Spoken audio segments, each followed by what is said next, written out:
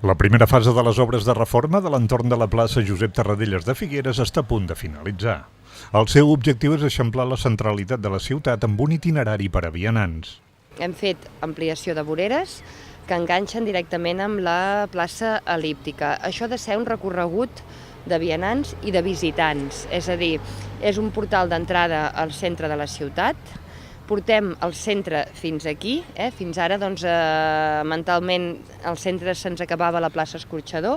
A la plaça Escorxador ara amb l'oficina de turisme agafarà una nova centralitat turística i per tant el centre volem que arribi fins a la plaça Tarradellas. Amb aquesta reforma també s'ha pensat en les famílies que porten en cotxe els seus fills a l'escola Josep Pallach. En els laterals d'aquest carrer que llinda amb la plaça Tarradella, hi ha dos laterals on hem previst una zona d'aparcament de busos, quan siguin busos turístics, bé en temporada turística, o bé busos escolars, quan en dies d'anar d'excursió vinguin a buscar el nen. Doncs en aquests moments puntuals seran per busos, però la resta de les hores del dia i la resta de les èpoques de l'any hem habilitat uns espais perquè els pares que venen a portar els nens a l'escola puguin parar un moment, deixar el nen i tornar a marxar.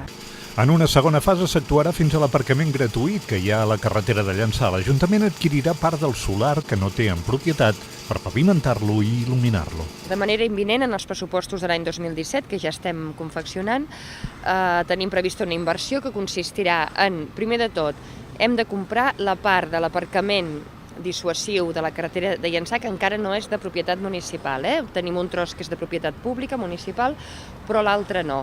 Hem arribat a un acord amb el propietari i aquest espai es comprarà per poder tenir-ho tot públic, arreglar-ho, pavimentar-ho, enllumenar-ho i posar-hi arbres. I això realment serà un important aparcament dissuasiu que et portarà al centre de la ciutat. Aquestes obres van començar a mitjans de juliol i tenen un pressupost d'uns 272.000 euros que es financien amb una subvenció del Departament d'Empresa i Ocupació de la Generalitat per al desenvolupament del foment territorial del turisme.